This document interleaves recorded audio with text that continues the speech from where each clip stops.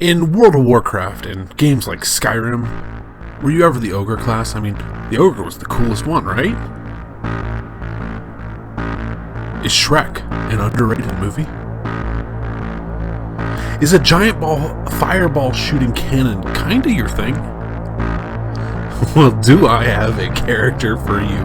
Let me introduce you to Ao.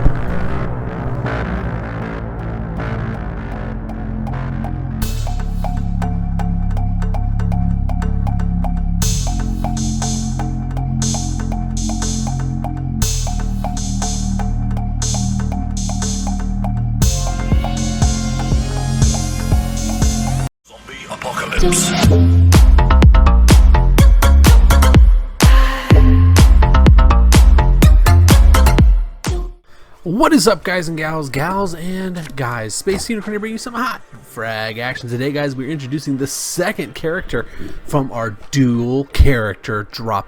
That character being Ao. So, before we do the video, please do me a huge favor. Before we discuss this new character, leave a like on the video, comment, and subscribe. Your support is genuinely appreciated, and I really do appreciate it, as it helps me to make and drives me to make more and better content. Also, did you know I have creator code? Use creator code Space Unicorn in the item shop, as 10% of every purchase goes directly to me and will help me pay bills and take care of things in regards to life. Now, that being said, let's get into the video. Introducing to you the ogre known as Ao, or Blue, whatever you prefer. Interesting stat breakdown here, so let's get into it. HP at level 3, which is out of the box, 279, damage of 76 to 83, speed 11.6 speed while shooting of 2.9, respawn time of 22 seconds, strong against infantry, and his type is a heavy card. His weapon, Ren Goku, ammo of 7, reload time of 2.1 seconds, fire rate of 90, weapon range of 60 meters, radius 3 meters, base damage 72.6, and push effect of 5. His ultimate ability, Ground Slam, too bad it doesn't have a fancy name like all the other abilities for these guys. It's very interesting though. Cooldown of 10 seconds, radius of 3 meters, damage of 333, push effect 11, with a slow times 0. Interesting to note with the alt, guys, it does lock somebody in place if you get hit by it and are drugged along. And the frag powers here on the screen, as you can see. Now, how about the story? It is exactly the same as Izunu's. These guys are best friends. They are inseparable. Together, they want to make the world a beautiful and more interesting and vibrant place. Now, unfortunately for Izuna, she suffered a tragic accident that cost her both her wings and her legs, unfortunately. But because of the friendship shared between her and Ao, they are now ready to go and take on the Frag tournament. What else could you ask for? Go into the tournament with your best friend? Why not? Now, how about we get into some gameplay? And let's talk about what we like, what we don't like, and where we see this card falling into the meta. Alrighty, guys and gals and guys, let's get in here and let's talk about Ao. Now, this character is very interesting, as he is essentially what I believe to be a reskin of Genghis, or Genghis, whatever you prefer to call him.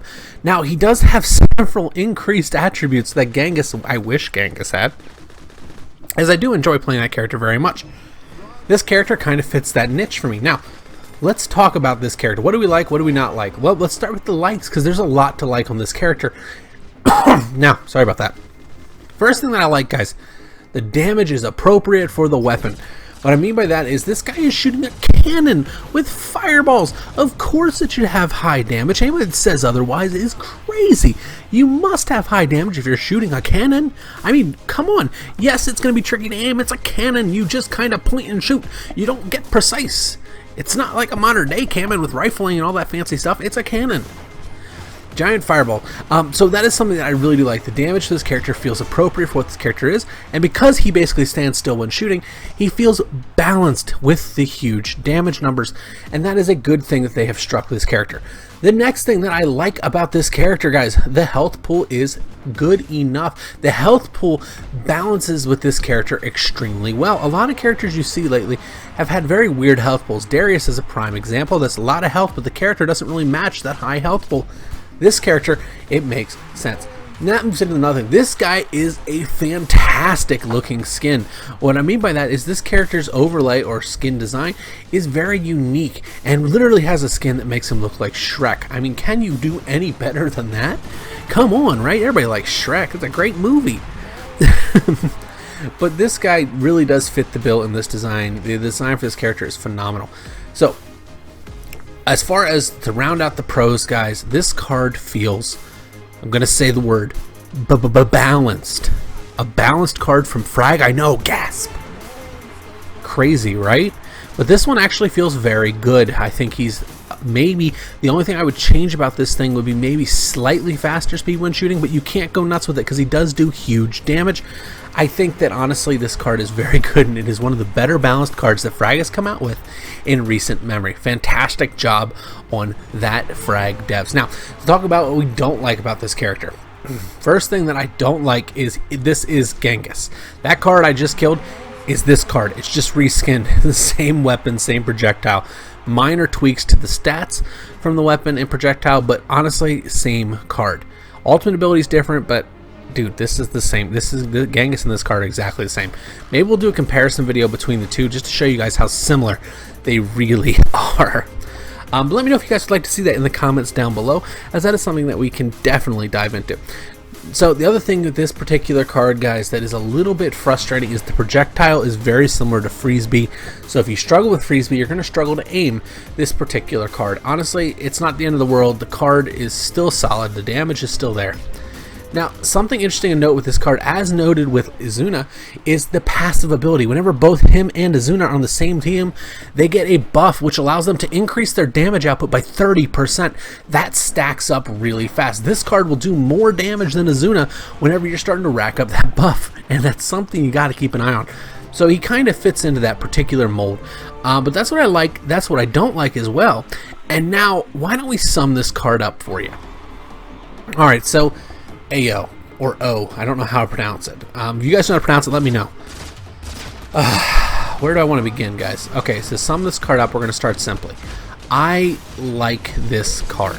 This card to me feels really good, and I think he fits the role he's supposed to play. He's not a meta-changing card, whereas I do see his counterpart, Izuna, being able to do so.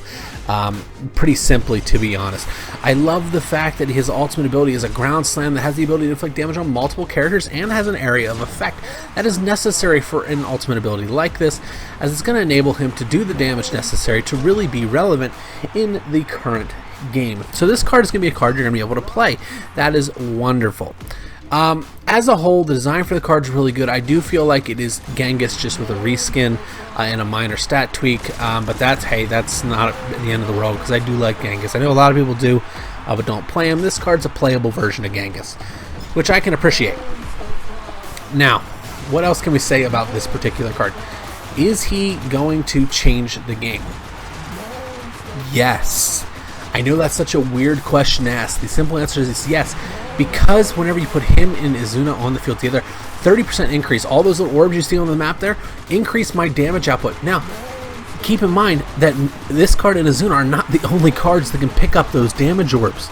Any card on your team can get that damage buff, and that is extremely strong. So you're talking about cards that maybe like Arkin, who's going to get a 30, 60, maybe even a 90% increase in his damage, depending on how many orbs you can get, because they stack. This card is going to change the game, him and Izuna together. Now, with that being said, I hope you guys enjoyed. Next video we do with these guys, we're going to put them together, and we're going to show you just how ridiculous this orb increase damage thing is. I hope you guys enjoyed. Stay safe, and I will see you legends next time. Bye-bye, everybody.